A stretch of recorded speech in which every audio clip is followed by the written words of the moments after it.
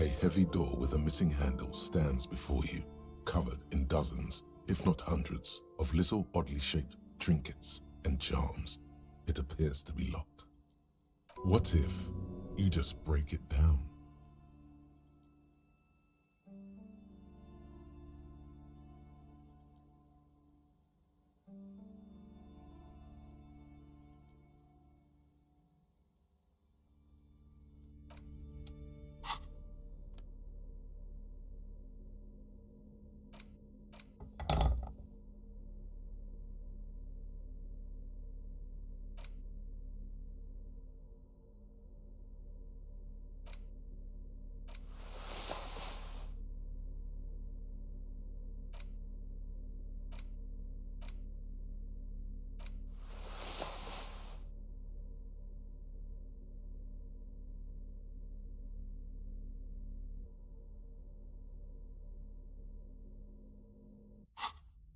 A heavy door with a missing handle stands before you, covered in dozens, if not hundreds, of little oddly shaped trinkets and charms.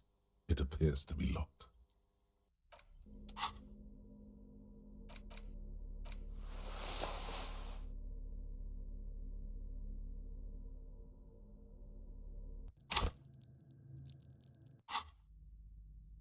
A heavy door with a missing handle stands before you. That's right. Take in your surroundings. You need to have a solid ground and a proper posture if you want to succeed. Steady breathing, solid core. You've got this. With one shoulder forward, you're ready to smash into the door like a battering ram. The room is dimly lit and littered with old barbershop rubbish, but the path to the door is clear. It's made of a solid block of wood, but it has stood there for ages. The hinges are old and coated with a carmine layer of rust. It should be doable.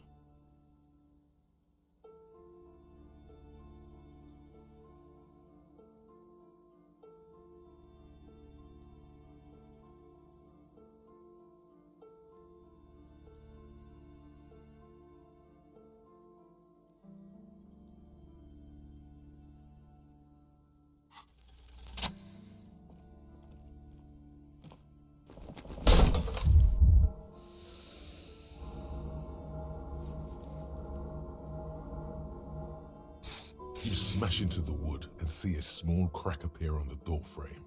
It's going to take one more try to break through to the other side, but you've done it. You're not thinking of trying again, are you?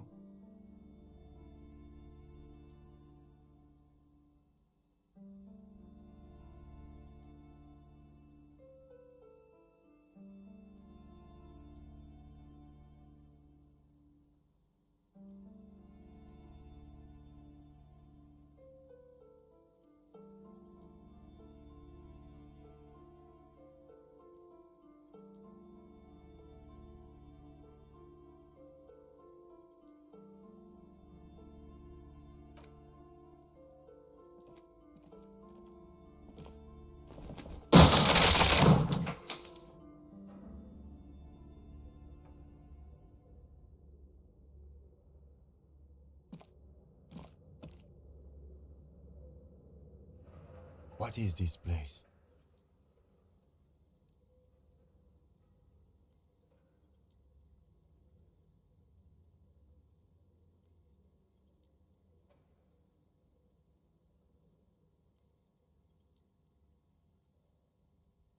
Yes, but no one's been here in ages. I doubt the electricity still works. Good thing we have a flashlight on us. Don't forget to take it out of your bag before we move on.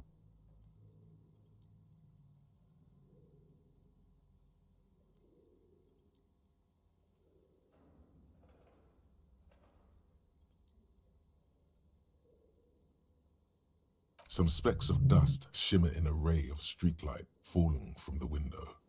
Other than that, the room is dark.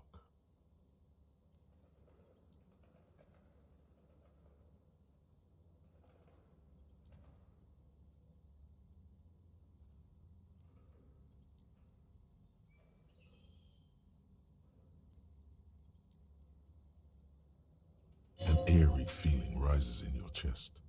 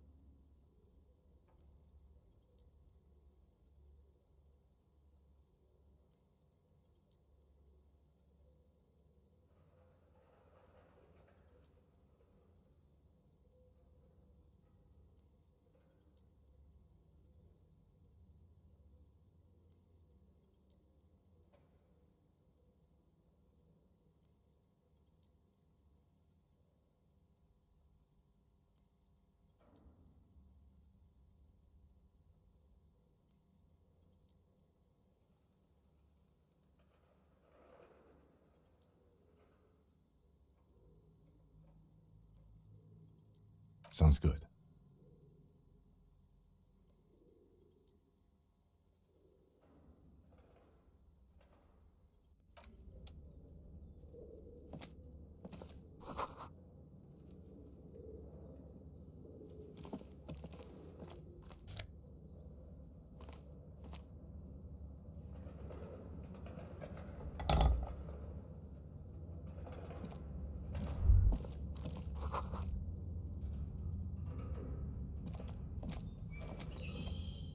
A barbell lies on the floor.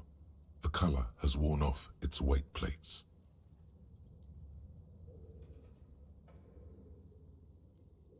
It's 60 kilograms. Your triceps hum at the sight of these weights. Show the world what kind of beast it's dealing with. Lift them.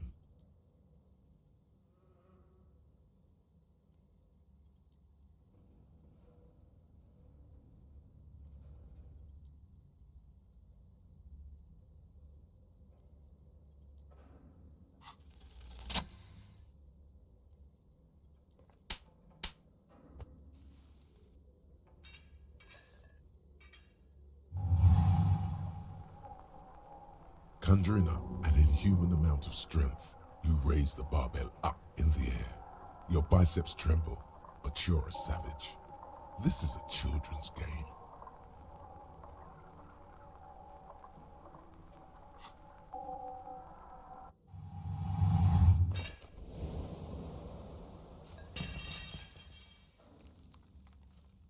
A warm wave of accomplishment washes over your head as you drop the barbell to the floor. For a moment, it feels like you're strong enough to succeed at anything you ever set your mind to. Good technique.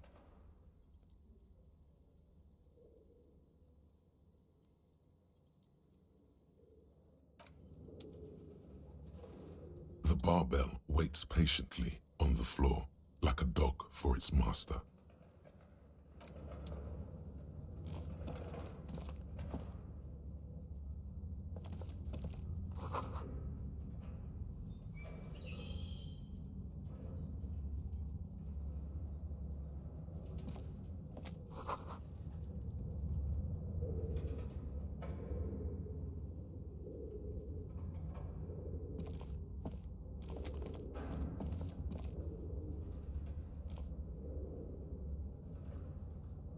It's dark.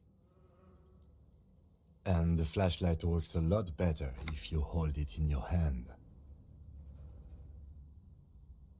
Right. Now let's get to it. Some areas are inaccessible without your flashlight. After you've acquired it, go to your inventory and equip it in a held slot to continue exploring.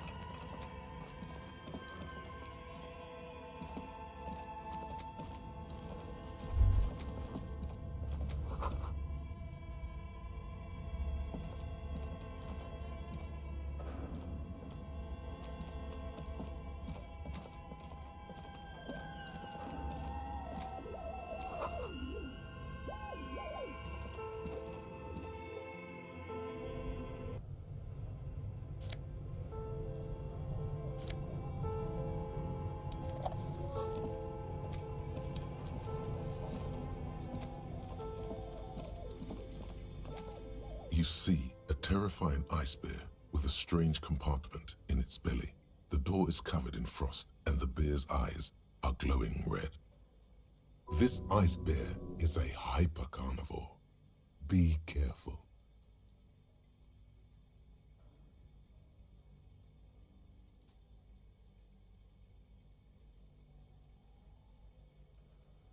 The lieutenant doesn't answer. His eyes are glued to the animal. A sharp slice of light shines out from its mysterious belly door. A gust of freezing cold air rushes to greet you. You hear a low grumble. as the bear regulates itself. This is the inside of a refrigerator. The lieutenant takes a peek inside. His hand has found the holster of his gun. Of course, just a giant ice bear-shaped fridge.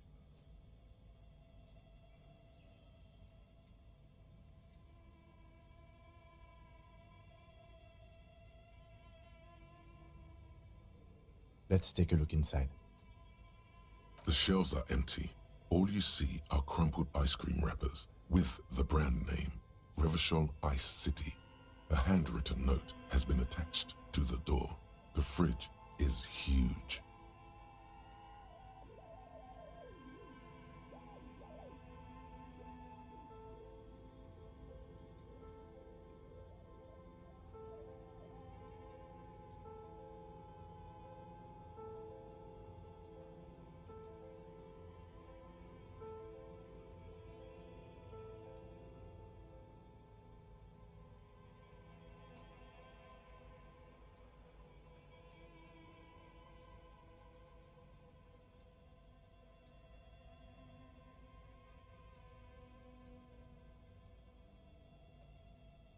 You pocket the note and the little fridge magnets keeping it on the door. A friendly cartoon bear smiles back at you from a glossy cellophane wrapper. It looks nothing like the fridge. The paper still smells of vanilla and chocolate.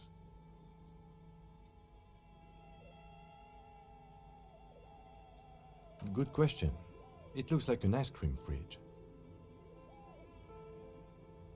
Somewhere in the past, it's summer. 5-year-old Fifette lets go of her mother's hand, change jingling in her pockets as she hops towards the ice cream stand right across the plaza.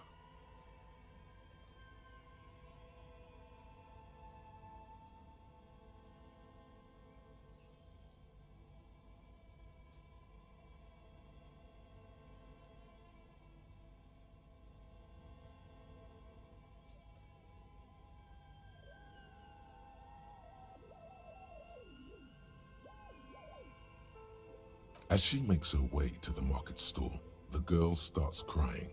A ferocious ice bear is guarding the fridge, its paws raised to ward off any potential customers. Her mother rushes to soothe her, but Fifette doesn't want ice cream anymore. She just wants to go home. The ice bear stares at them as they leave the plaza. A gust of wind flies one of the wrappers right past the sobbing girl. I know. What an unfortunate marketing choice. What is even worse, the bear is still costing them money to this day.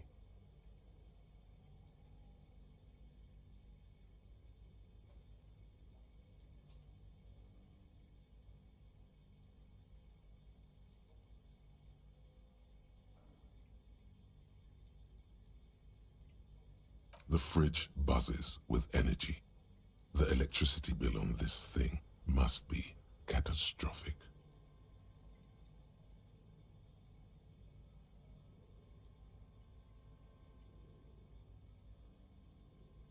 It's certainly an eccentric choice, but it is big enough, and cold enough too. Shall we go and get the body then? I'll take the head, you take the feet. The stairs won't be easy, but we'll manage.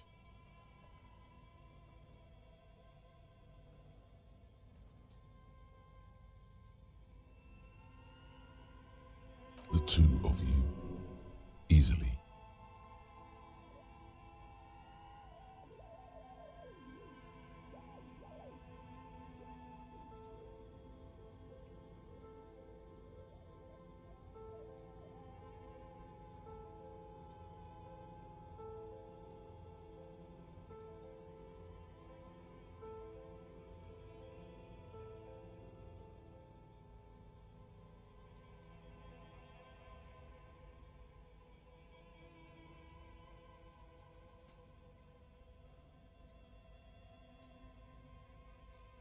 The body is heavier than expected and stinkier. It takes half an hour to get the pan to the butcher. Then 10 more minutes to stuff it into the fridge. The lieutenant takes a step back to admire your handiwork.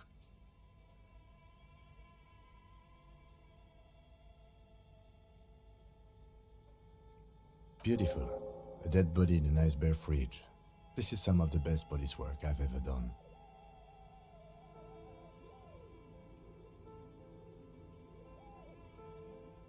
You've definitely earned a drink after this, perhaps even some pagan rites.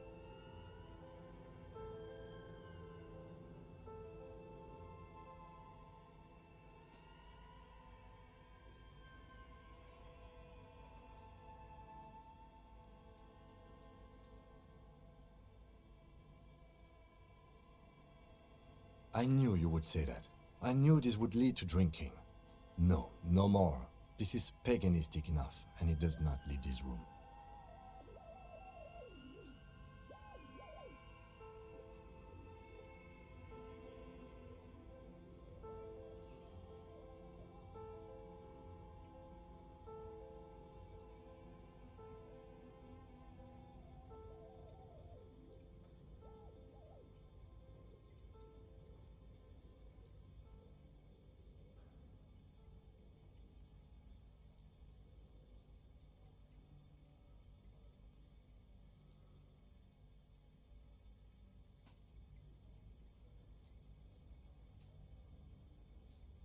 As impressive as the fridge is, this is a small victory, among numerous defeats.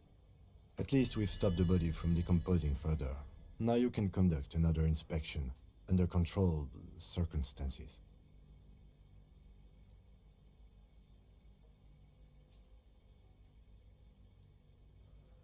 Inside the icy realm of the ice bear fridge, the corpse stands slumped, waiting.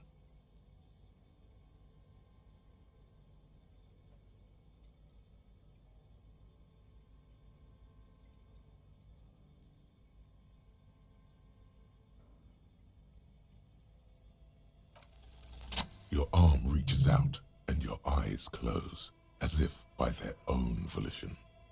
It's dark all around. You feel cold, dead flesh through the latex glove. It's right under the palm of your hand.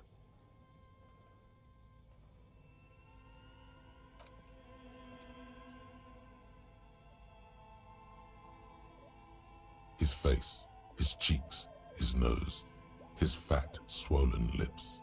Like a rubber spider, your gloved hand crawls on his features. Everything is silent, all around.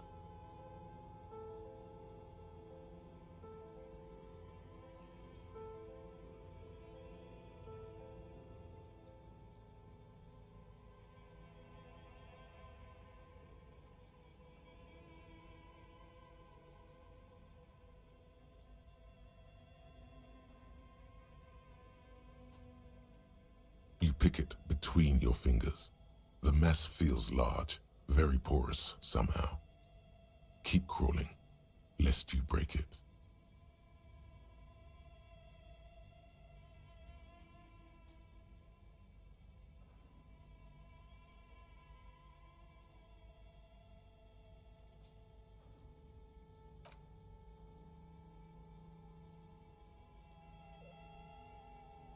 The oral cavity is cold and moist.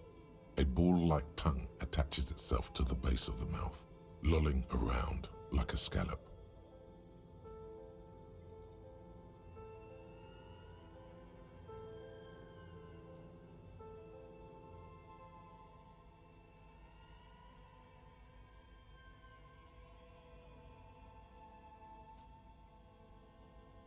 The tongue moves freely in the cavity. The mucus of the mouth is slippery, fragile, even through the latex. From the soft meat, teeth are budding.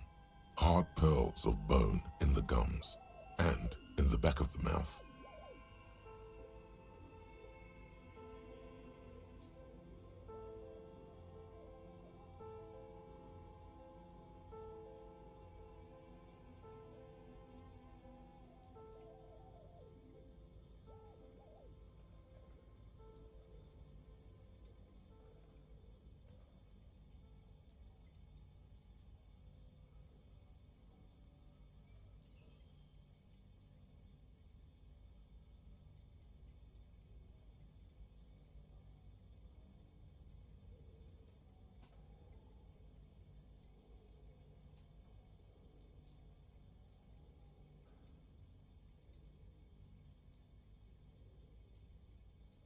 Can you feel it? You're so close. Rip his jaws open now. Look in.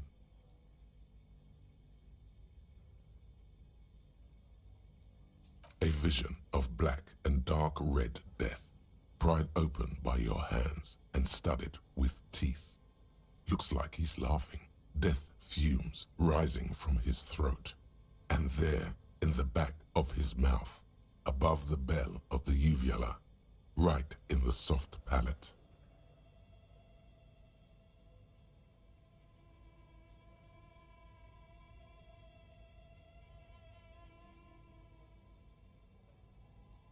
You see a hole, barely visible to the human eye.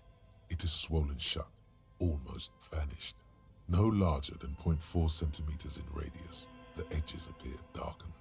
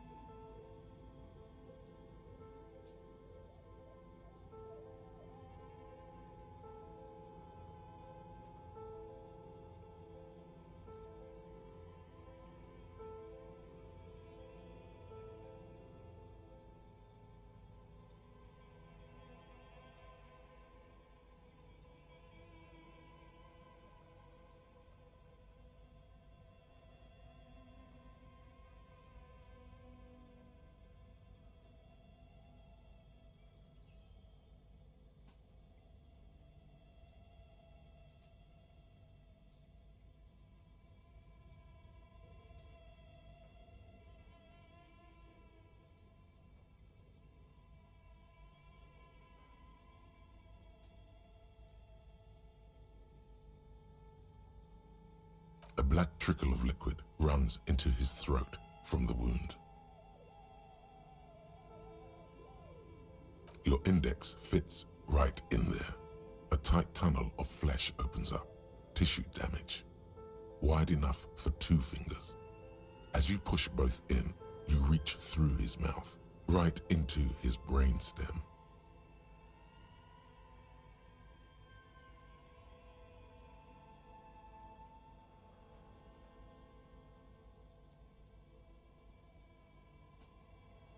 Yes, that's what this part is called. You've seen the drawings. You've studied them.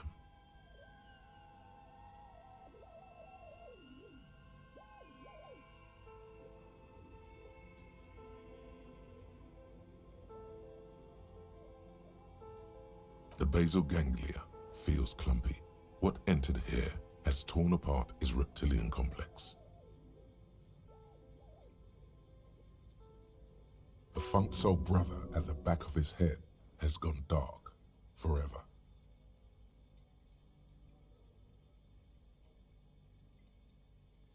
Your yellow fingers slide into the remains of the limbic system. There is no resistance. It's gelatinous. The slug-like structures are damaged too. The tearing extends deep into both hemispheres.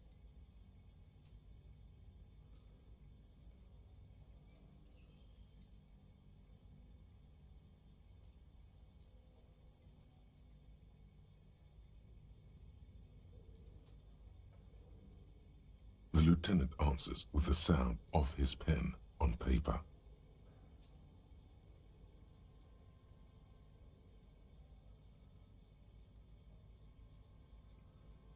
Your fingers are all the way in now, reaching toward the inside of his skull. The cavity goes further, but the entry wound isn't wide enough for the rest of your hand to follow.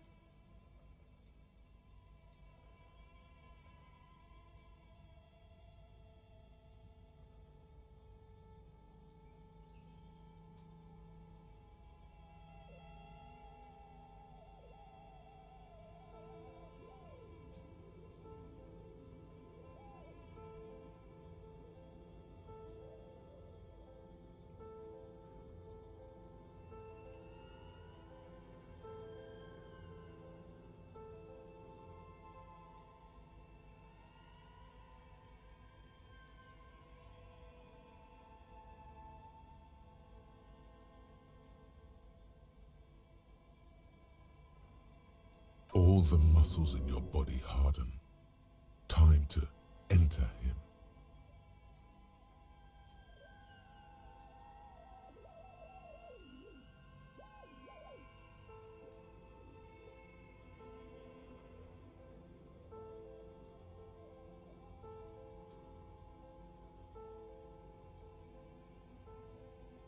The carpet is in with a crack, like some fruit. Just like that, your hand is in his head. Strange fluid streams down your wrist, and then you feel it with the tip of your finger. Ice cold serrated metal.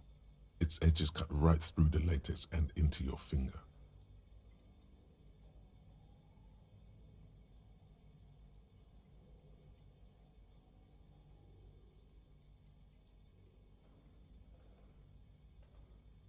The pain is barely noticeable under the adrenaline rush.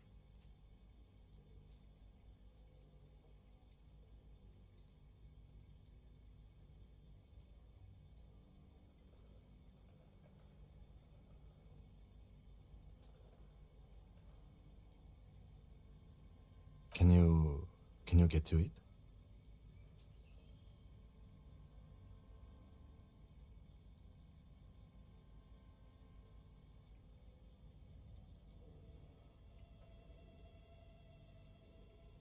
There's a tiny crack, a protrusion in the cranium, right in the back of his head.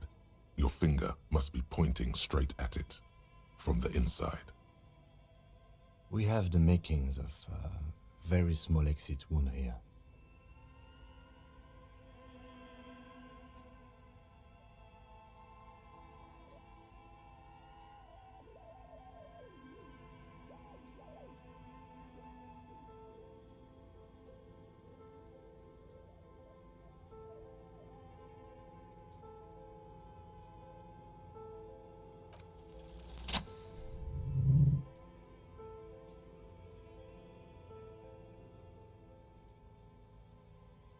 You pick the object between your index and middle finger. Feels sharp, like metal.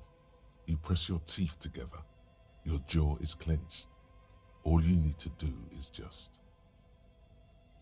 The inside of the head feels cold and smooth, like a glove. Sweat dripping down your brow. Careful not to lose the prize between your fingers.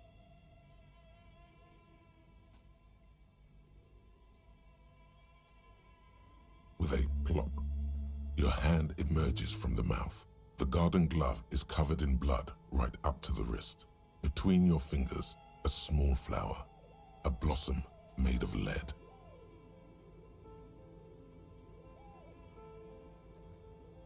A bullet.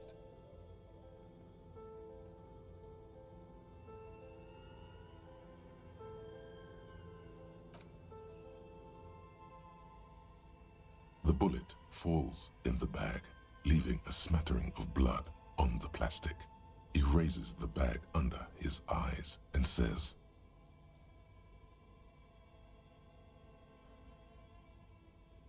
A non-caliber rifle. Some kind of brittle alloy, fractured on impact.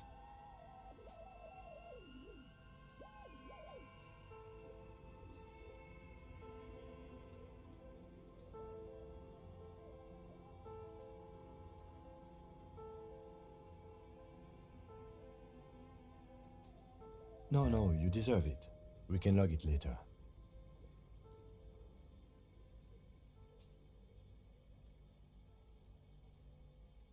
We need to add an item to the injury list. Injury number 4.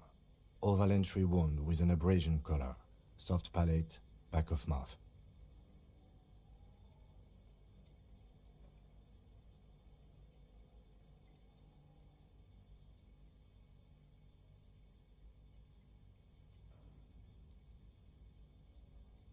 High velocity, temporary cavity in brain tissue, small exit wound on the occiput. How does that sound?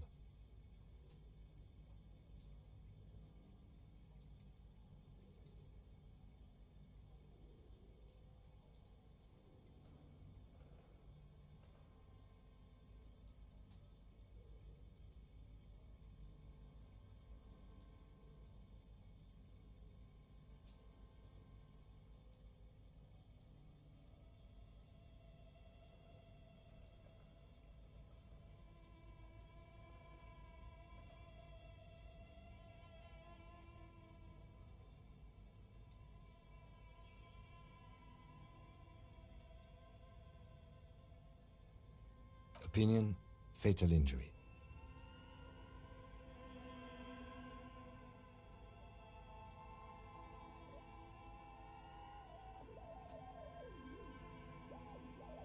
And one last thing.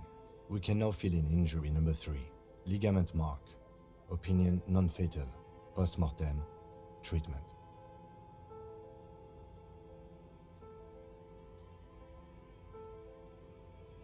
He's proposing the bullet was the real cause of death, and the hanging an attempt to conceal this fact.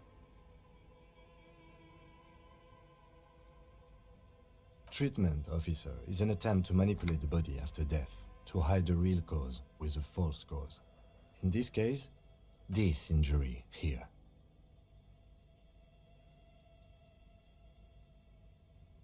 Yes, and the belt around his neck, the hanging, even dragging him to the yard.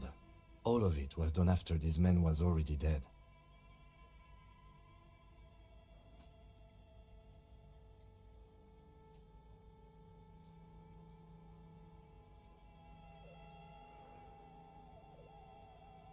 Dead. I did not just come up with this. I've had my doubts since you showed me the tracks, officer. Why did they carry him over? Why not march him? There is no satisfactory explanation. There have been other signs too, small things. We were right not to assign hanging as cause of death, as the perpetrators expected we would. No such luck for them.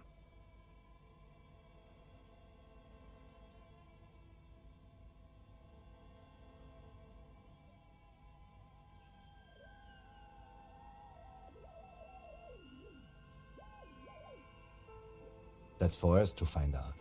But this, it will make finding them just a little easier. Yes, we should take a closer look at it. I am certain it has more to tell us. This little thing could reveal much about the weapon that shot it. To hide something. The real killer? The real motivation? What really happened here?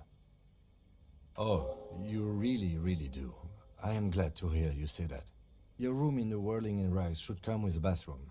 Be sure to make use of it in the evening. We put him in a bag and carry him to the holding pen of my kinema. The body bag should contain the odor for the duration of the transport. I would drive him to processing, but it's too late to do that today. I'll do it first thing tomorrow. No problem. One more thing. This was really good work, detective.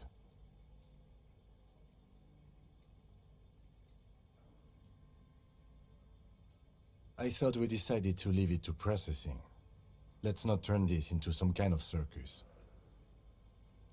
Damn it, this is turning into some sort of mega puzzle.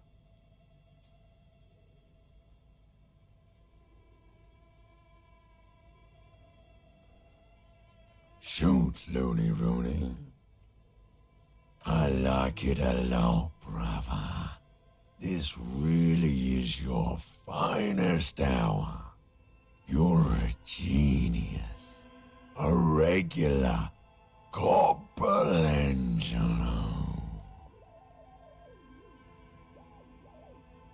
Do I remind you of someone?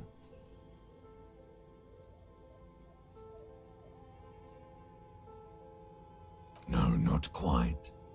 Be fair now. Sure I do. You just don't want to admit it. Come back later, Corporal. Amuse yourself with my frank manners and my memento mori features. If possible, also, see me in your dreams.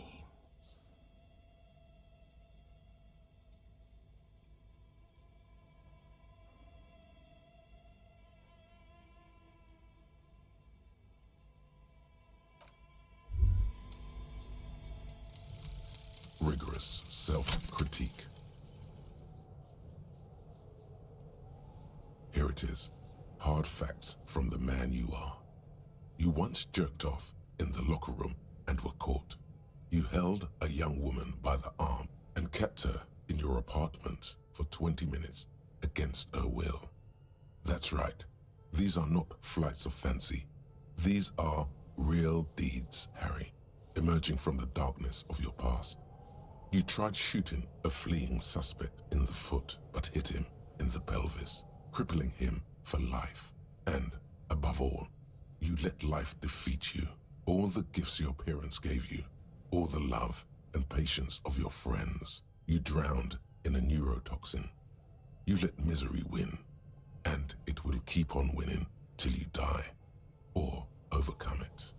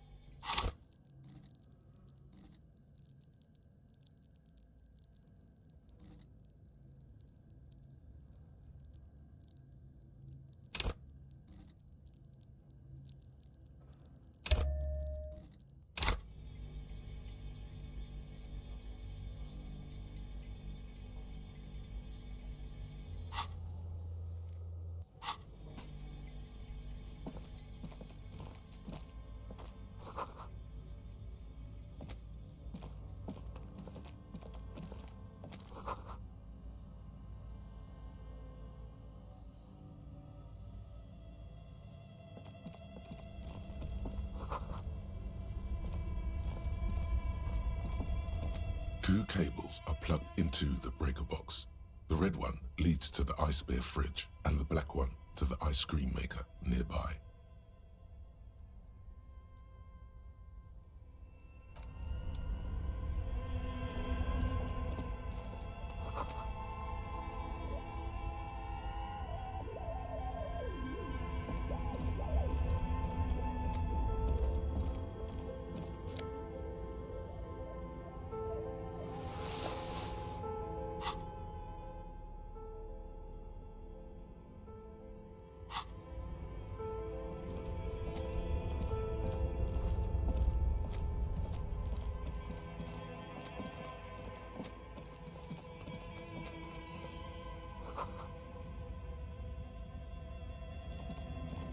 A thick layer of coal dust covers the furnace, coloring it pitch black. Looks like it. Looks like an old central furnace used to heat the building. It's connected to the chimney. No one has used it in ages. No signs of any recent fire. Only dead rats. It's dark and grimy here. In the darkness you can hear chatter. It's coming from above.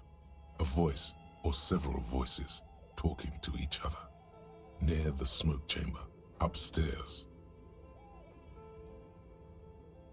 The echo is so prominent, it's impossible to discern what the voices are saying or what's producing them.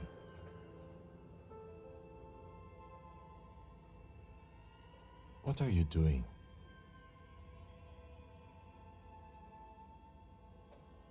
Wait, really? We should investigate, see if someone's upstairs.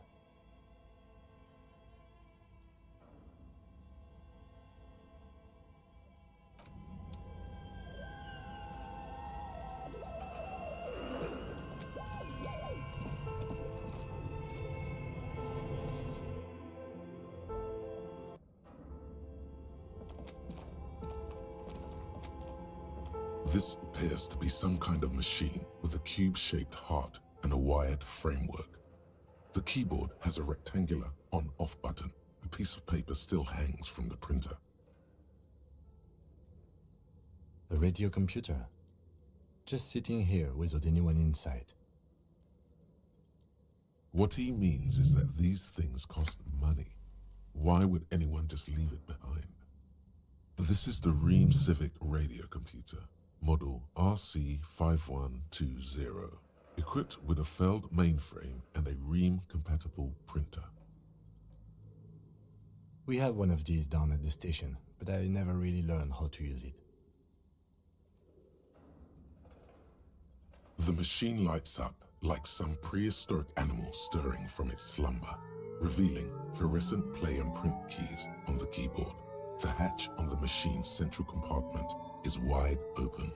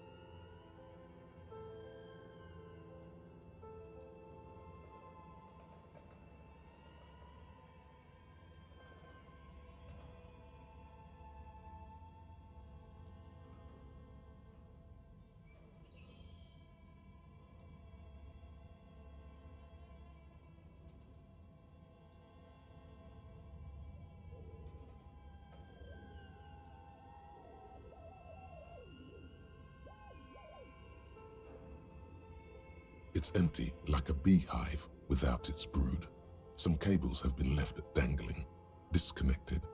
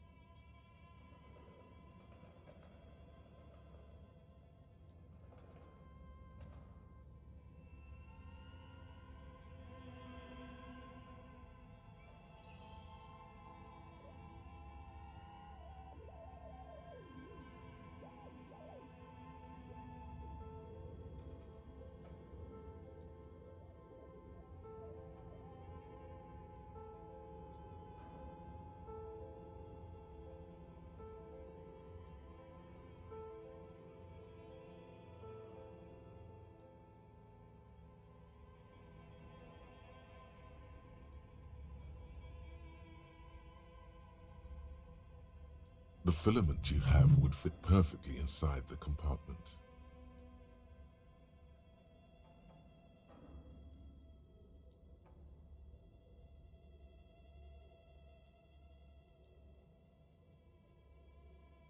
Nothing happens. Something's missing. There's no tape in the player. Nothing happens. Like a smooth draw, the filament slides into place. On the keyboard, the play key starts blinking.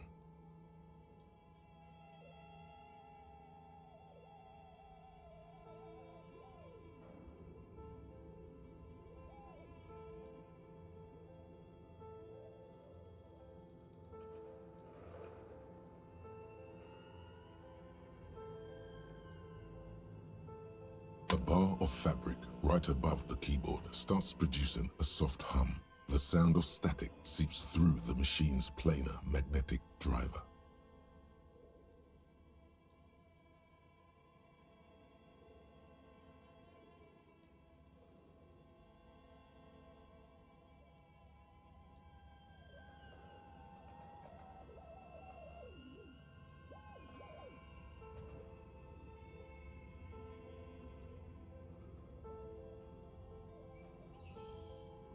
Oh no. It was already glowing and now it's also making a sound. It's probably some alien CO-like technology. The static gets louder, slowly filling up the abandoned hall, until a voice speaks out, crackling and old, cutting into the air. Good evening, Fortress accident en rue de Saint-Ghislaine. This is East Insulindian Repeater Station 1. Please repeat. Is this the production schedule?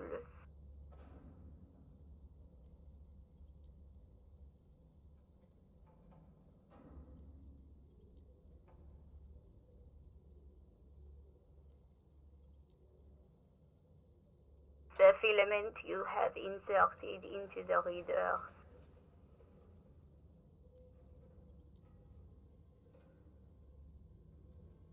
That was a question.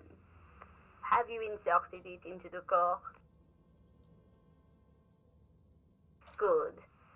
Please repeat the password.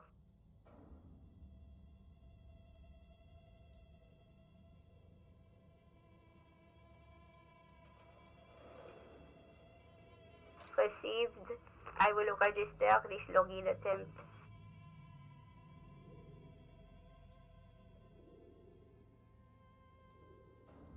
That sounds bad. A login attempt. Something a criminal would do. Don't worry.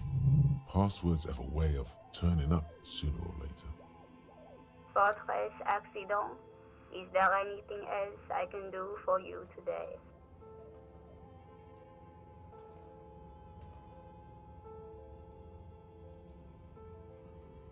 Thank you, and goodbye.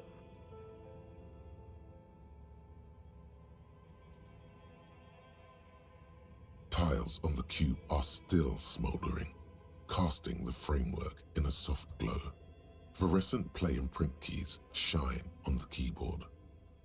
Nothing happens. The filament slides out of its glowing nest.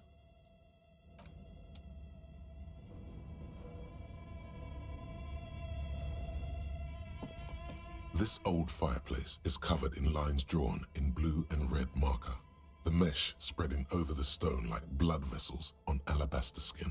It looks ghostly and strangely ancient.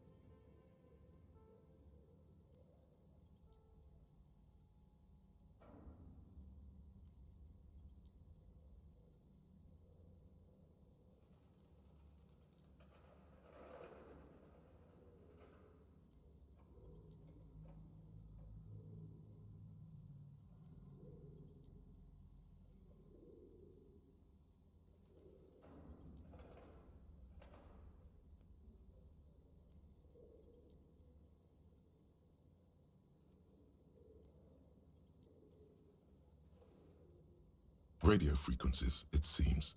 UKV 123.6. UKV 123.